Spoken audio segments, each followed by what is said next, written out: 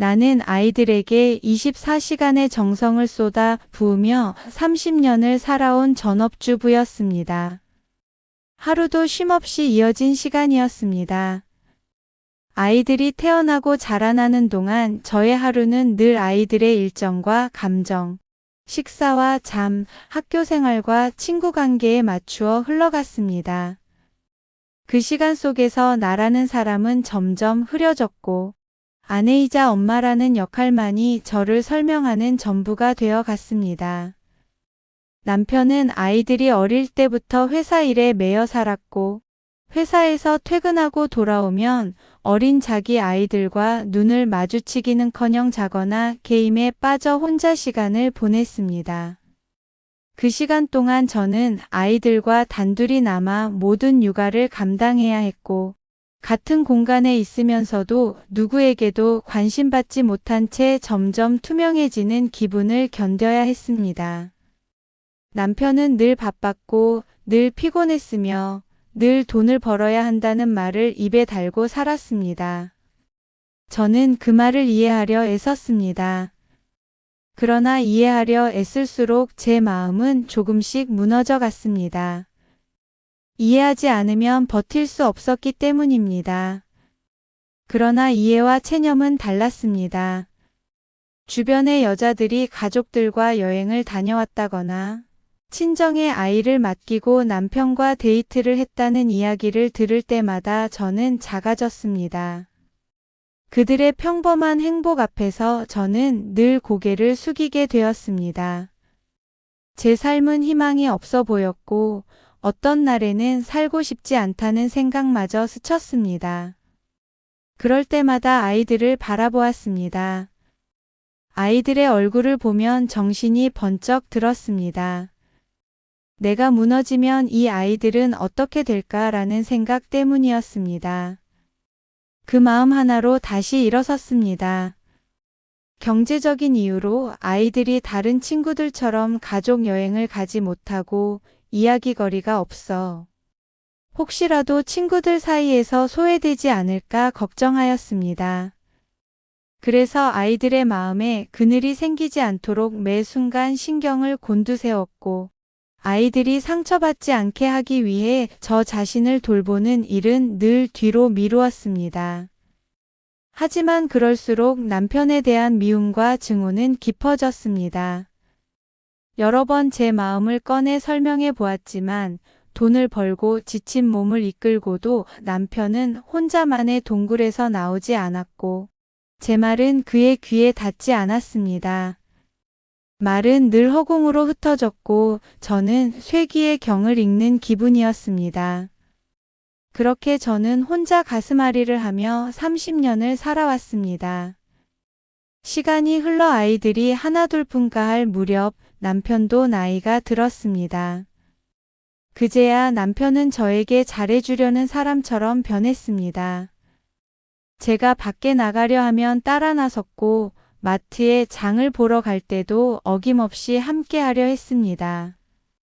그러나 저는 그 모습마저도 곱게 보이지 않았습니다.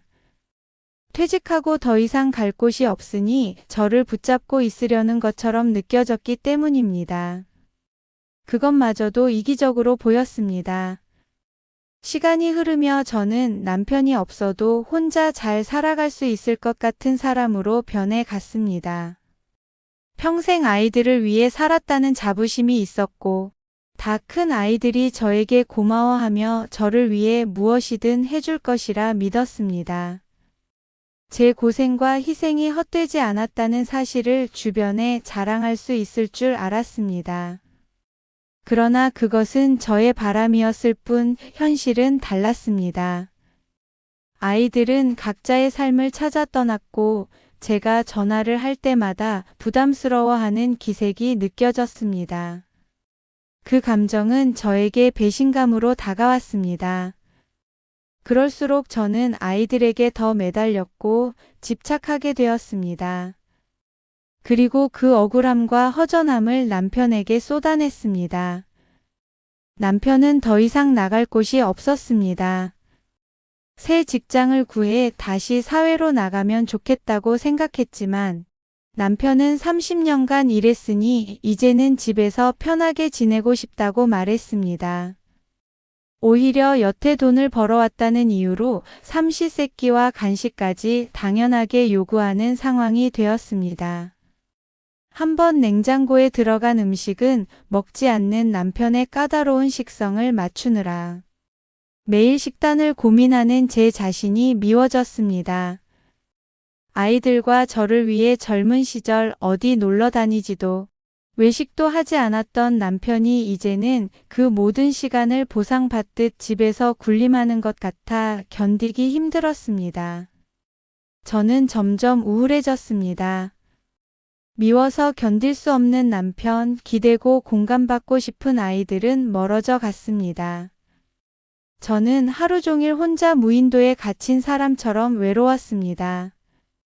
여기에 갱년기를 지나며 찾아온 신체적 변화까지 더해지자 우울은 더욱 깊어졌습니다. 그럴 때마다 아이들에게 전화를 걸어 남편에 대한 원망과 불만을 쏟아냈습니다. 처음에는 아이들이 제 편이었습니다. 그러나 아이들 역시 사회에 나가 경제활동을 시작하자 달라졌습니다.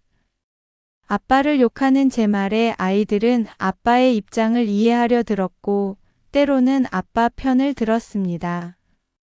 아이들은 혼란스러워하며 두 사람이 다시 신혼처럼 지내보라고 말했습니다.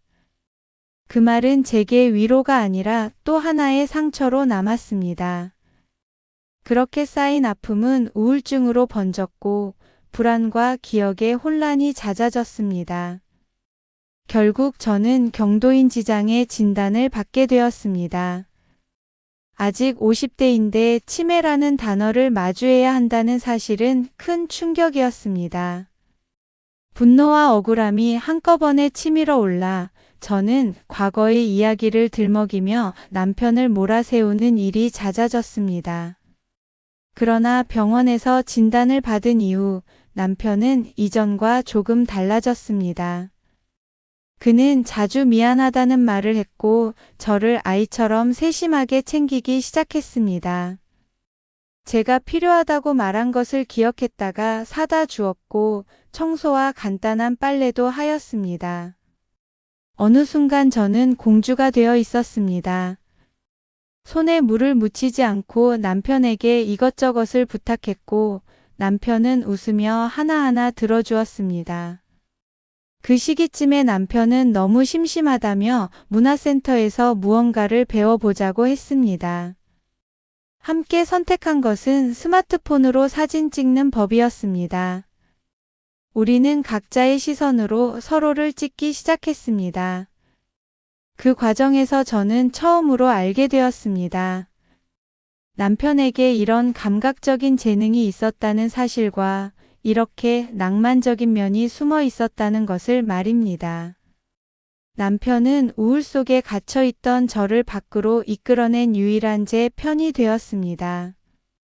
정성을 다해 저를 찍어주는 남편의 사진 속에서 50대가 되어 흉해졌다고만 여기며 우울하고 자신감 없던 저는 사라지고 20대보다도 더 예쁘게 담긴 새로운 제가 태어난 것 같았습니다.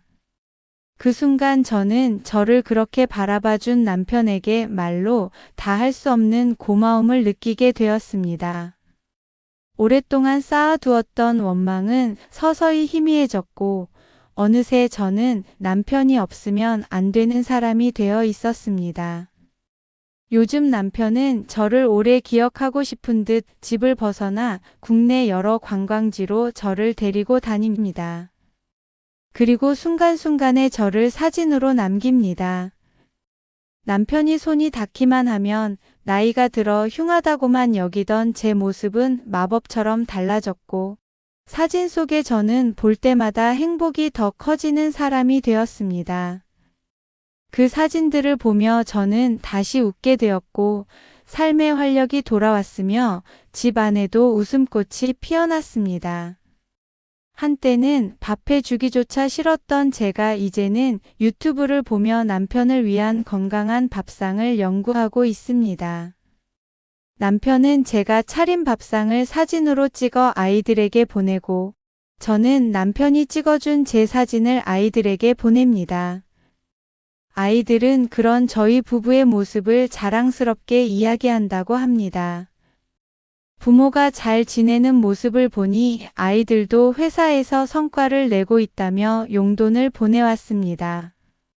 저희 부부는 그 돈으로 무엇을 하며 즐거운 시간을 보낼지 이야기하며 웃고 있습니다.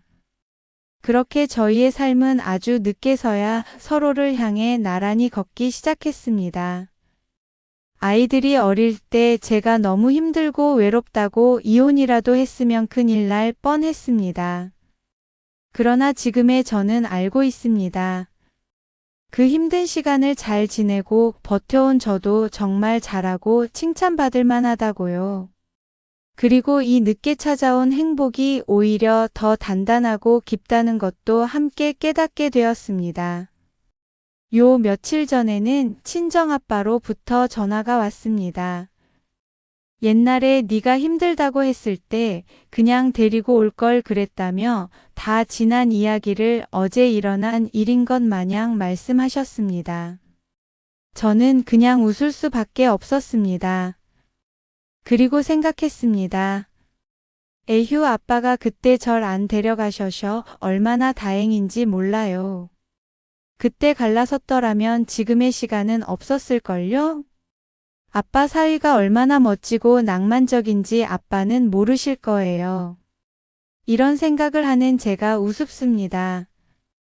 우습거나 말거나 연애 때의 그 감정으로 100세까지 살아갈 걸 상상하니 오늘 저녁도 밥을 짓는 제가 남부러울 게 하나도 없습니다.